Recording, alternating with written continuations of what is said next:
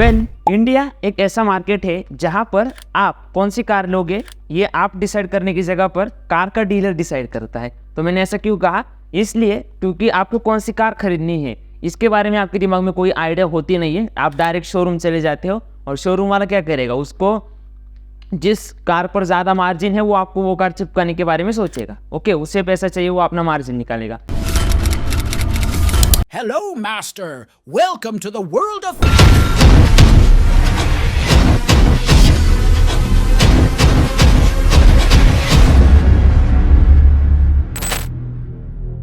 तो आज हम आपके लिए लेकर आए हैं new car versus old car, आपके लिए क्या सही है। ये फाइनेंस कोचिंग और लाइफ कोचिंग का वीडियो है, तो आपको मजा जरूर आएगा। एंड तक वीडियो में बने रहिए और आप कौन सी कार लोगे वो कमेंट में जरूर बताएं। तो हेलो एवरीवन, कैसे आप, स्वागत है आप सभी का एक और बार आपके अपने चैनल डायमंड बॉक्स स्टूडियो में। Myself Nilesh Kadam, I am a cofounder diamond box studio, business coach, finance coach, life coach and leadership consultant. आज के वीडियो में हम बात करेंगे कि आपको नई कार लेनी है या फिर आपको कोई ओल्ड मतलब सेकेंड हैंड कार से आपका काम चल जाएगा। इसके लिए आपके लिए क्या सही है, आज के वीडियो में हम उस पर चर्चा करेंगे। तो आज की जो हमारी चर्चा है कि आपके लिए क्या सही है, क्या गलत है, क्या डिसीजन आपको लेना चाहिए। ओके, अगर आप डिसीजन ले रहे हो तो उसमें आपको क्या क्या चीज़ों का ध्यान में रखना है, तो हम 6 पॉइंट्स में बात करेंगे, जिसमें से पहला पॉइंट है हमारे पास मेंटल सेटिस्फैक्शन। मेंटल सेटिस्फैक्शन मतलब आप कहते हो मानसिक समाधान। ओके, तो second point budget, third point हमारा होगा यूजेज। ओके, तो 3 पॉइंट कौन कौन से, mental satisfaction, budget and usages, ये हमारे पहले 3 पॉइंट। तो इन तीनों पॉइंट के बाद हमारे पास चौथा पॉइंट है फीचर्स। कार में क्या क्या फीचर्स है, उसके बाद उस पर भी आपका डिसीजन डिपेंड होना चाहिए। वारंटी कवरेज और सबसे लास्ट में डिप्रिसिएशन एंड अपफ्रंट कॉस्ट। तो ये इतना कॉम्प्लेक्स आपको लग रहा होगा, बट एक्चुअल में मैं आपको जब समझाऊंगा तो बहुत ही सिंप्लीफाई करके बताता हूँ। तो 1 बाय 1 एक एक पॉइंट के साथ हम आगे बढ़ते हैं। तो सबसे पहला हमारा पॉइंट है यहाँ पर मेंटल सेटिस्फैक्शन। मेंटल सेटिस्फैक्शन माने मानसिक समाधान। तो जब आप कोई कार लेते हो तो उसमें मेंटल सेटिस्फैक्शन कैसे काम करेगा वो हम 3 पॉइंट्स में समझेंगे। पॉइंट नंबर 1, 2 और 3। बट एक यहाँ पे आपने लिखा हुआ देखा होगा, दिल से जुड़ी गाड़ी, हर पल खुशियों की सवारी। जब आप कोई कार लेते हो आपके दिल से जुड़ जाए ना, तो वो आपको जिंदगी भर खुशियों की सवारी करेगी। ओके, तो ये आपको वीडियो में आगे आगे समझ में आएगा ऐसा क्यों लिखा है। तो पहला पॉइंट है हमारे पास इमोशनल कनेक्शन। मतलब क्या, मेंटल सेटिस्फैक्शन में इमोशनल कनेक्शन मतलब आप कोई भी अगर नई चीज़ खरीदते हो ना, तो उसका कनेक्शन डायरेक्ट आपके इमोशंस के साथ हो जाता है, आपके दिल के साथ नई चीज़ का कनेक्शन हो जाता है, उसे कहते हो इमोशनल कनेक्शन। तो जब भी आप नई कार लो वो आपको मानसिक समाधान देने वाली कार हो, ये बात का सबसे पहले आपको ख्याल रखना है, जिसे कहते हैं इमोशनल कनेक्शन। ग्रेट, तो ये पॉइंट समझ में आया होगा। तो नेक्स्ट, लॉन्ग टर्म हैप्पीनेस। देखिए, अगर आप कौन सी कार खरीदे ये डिसीजन ले रहे हो मानसिक समाधान के बेसिस पर, मतलब मानसिक समाधान आपका जो है उसको मध्य रखे हुए अगर आप डिसीजन लोगे तो आपको एक लॉन्ग टर्म हैप्पीनेस मतलब ज़्यादा देर तक की लंबी खुशी आपको मिलेगी अगर आप मेंटल सेटिस्फैक्शन से डिसीजन लोगे। ओके, मतलब इन तीनों पॉइंट का कहना क्या है वो मैं आपको थर्ड पॉइंट के बाद बताता हूँ। नेक्स्ट है रिड्यूस्ड बायर्स रिमोर्स। मतलब क्या, अगर आप मेंटल सेटिस्फैक्शन यानी मानसिक समाधान के आधार पर आपके कार आपको नई लेनी है या फिर सेकेंड हैंड लेनी है, उसका डिसीजन लोगे तो आपको एक रिड्यूस बायस मतलब आपको पछतावा नहीं होगा। तीसरे पॉइंट का बस इतना मतलब है। तो तीनों पॉइंट का सिंपल कहना बस इतना है कि आप चाहे नई कार लो चाहे आप पुरानी कार लो, बट जब भी आप कोई कार लो उसमें आपका जो डिसीजन है वो मेंटल सेटिस्फैक्शन पे बेस होना चाहिए। आपको उस डिसीजन से मानसिक समाधान मिलना चाहिए। समझ में आ रहा है पहला पॉइंट। तो this was our first point. इसी के जैसे बहुत ही आसानी से हम समझते हैं हमारा सेकेंड पॉइंट क्या है। सेकेंड पॉइंट है बजट। अब ये तो बहुत ही कॉमन पॉइंट है और ये पॉइंट तो सबसे इंपॉर्टेंट पॉइंट भी कह सकते हैं हम। बजट एक ऐसी चीज़ है जो आप चाहे कुछ भी खरीदो, शॉपिंग जहाँ पे आएगा वहाँ पे बजट आएगा। क्लियर, तो 3 पॉइंट में समझेंगे बजट को भी। पहला पॉइंट देखते हैं फाइनेंशियल रिस्पॉन्सिबिलिटी। तो जब बजट कहा जाता है तो फाइनेंशियल रिस्पॉन्सिबिलिटी मतलब आर्थिक जवाबदारी। आपके पास कार तो आपने ली, वो तो एक आपकी आर्थिक जवाबदारी हो गई, बट उसके अलावा और क्या है आपके पास, आपके पास क्या रिस्पॉन्सिबिलिटी है आप पर कि आपके जैसे आपके अगर बच्चे हो गए तो स्कूल की फीस है, कॉलेज की फीस है, या फिर और कोई आपने किसी प्रॉपर्टी में इन्वेस्ट किया है उसके इंस्टॉलमेंट से, आपने कोई टीवी खरीदा है, कोई फ्रिज वॉशिंग मशीन खरीदा उसका इंस्टॉलमेंट। तो इन सबको कंसीडर जब आप करोगे तो आपको एक बजट निकालना है पेपर के ऊपर कि मेरे पास कितने EMIs मुझे पे करने होते हैं मंथली, मेरा इनकम कितना है, सेविंग्स कितनी है, मेरे लिए कितना बचता है। उसके बेसिस पर फाइनेंशियल रिस्पॉन्सिबिलिटी आप एक बार मार्कअप कीजिए जो है, और उसके बेसिस पे आप आपका एक बजट बनाइए, जो बजट आपके कार के लिए आप कंसिडर कर सकते हो। ये बजट बहुत इंपॉर्टेंट होगा, इसके अलावा कार लेने नहीं जाना है कभी भी। दूसरा है लोन अप्रूवल। तो चलो आप तो कह लिए कि 10 लाख की कोई कार मैंने ले ली, 10 लाख की कार में मैंने 30% का डाउन पेमेंट, मतलब 3 लाख रुपए का डाउन पेमेंट किया, बचे हुए 7 लाख, उसका क्या करना है। तो जाहिर सी बात है आप लोन कराओगे 7 लाख का, बट 7 लाख का अगर आप लोन करा रहे हो तो आपको एक चीज़ भी ध्यान में रखनी है कि अगर मैं लोन कराने की सोच रहा हूँ, बट क्या वो मेरा 7 लाख का लोन अप्रूव होगा भी? यस, अगर हो भी जाएगा तो क्या मैं इंस्टॉलमेंट्स उस लोन के भर पाऊँगा, या भविष्य में कोई मुझ पर बहुत बड़ा क्राइसिस ना आ जाए, ऐसा ना हो। तो जितना आप अफोर्ड कर सकते हो उतने का ही लोन लेना चाहिए मेरे हिसाब से। ओके, अगर नहीं कर सकते तो डोंट वरी, 1 साल रुकिए, 2 साल रुकिए, आप अपने जो मन में है ना वही कार लीजिए, बस ये मेरा कहना है। थर्ड पॉइंट में आ जाइए। थर्ड पॉइंट में है टोटल कॉस्ट ऑफ ओनरशिप।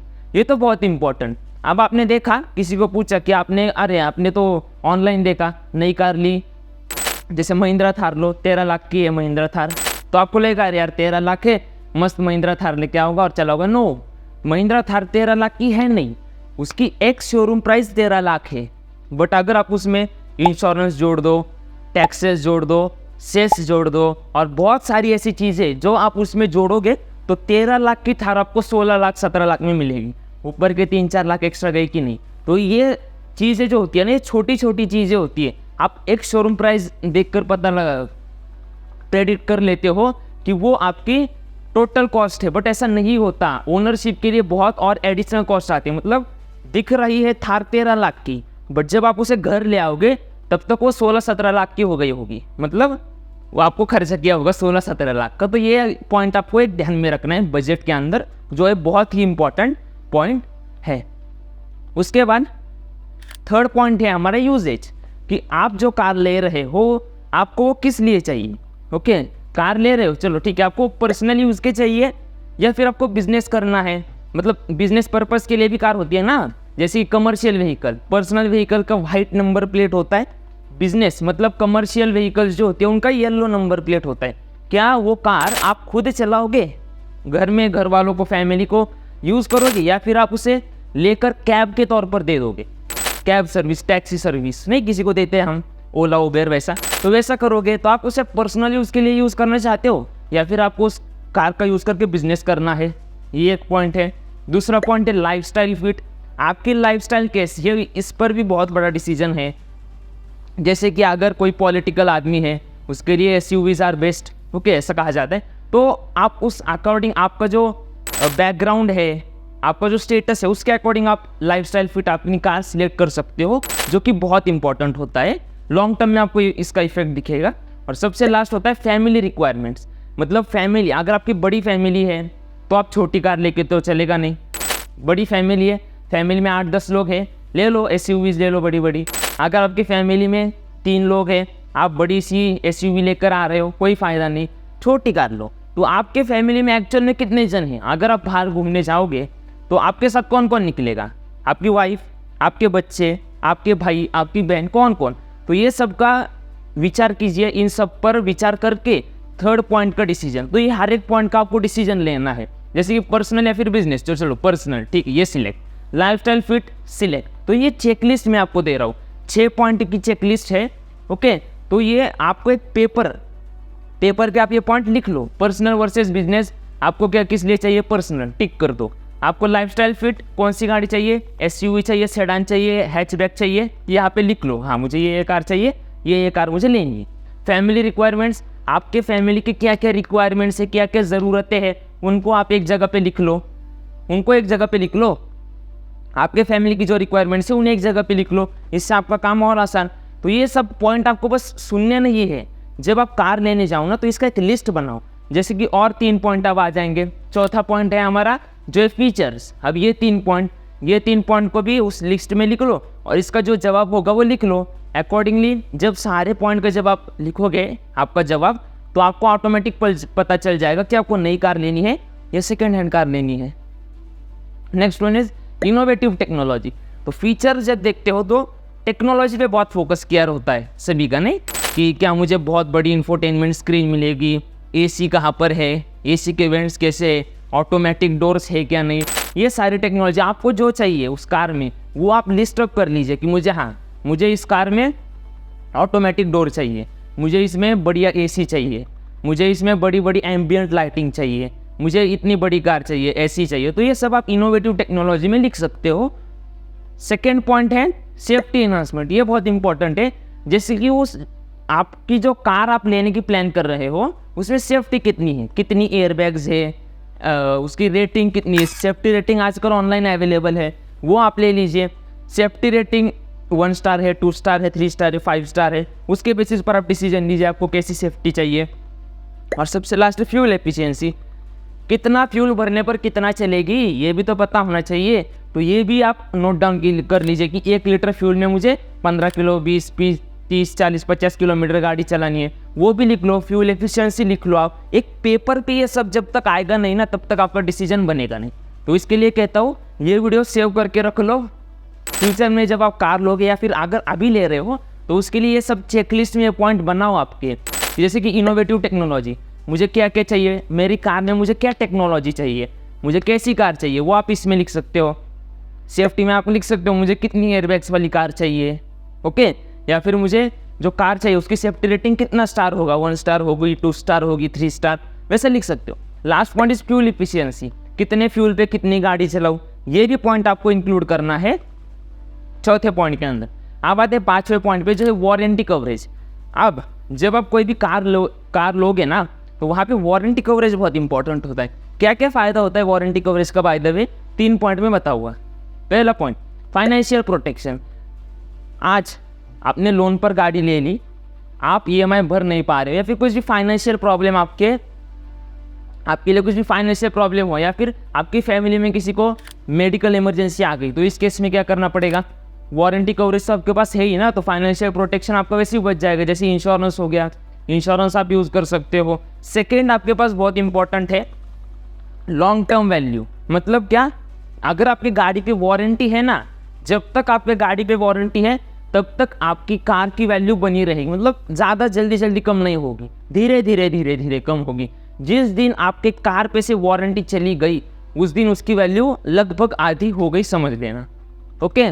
आधी लगभग हो जाती है। तो वारंटी बहुत इंपॉर्टेंट है। जब तक कार पे वारंटी है तब तक उसकी लॉन्ग टर्म वैल्यू है, बहुत देर लंबी चलेगी, बहुत मोटा पैसा आएगा बेचोगे तो। वारंटी नहीं है तो आधे प्राइस, विषय क्लोज, ओके। तो ऐसा करना पड़ेगा लॉन्ग टर्म वैल्यू के लिए। थर्ड पॉइंट इसी में है अपने पास एनहांस रीसेल वैल्यू। ये बहुत इंपॉर्टेंट। जब आप देखिए 2 कंडीशन लेते हैं, एक कार है आपके पास जिस पे वारंटी कवरेज एक्टिव है, एक दूसरी कार है जिस पर वारंटी कवरेज एक्टिव नहीं है।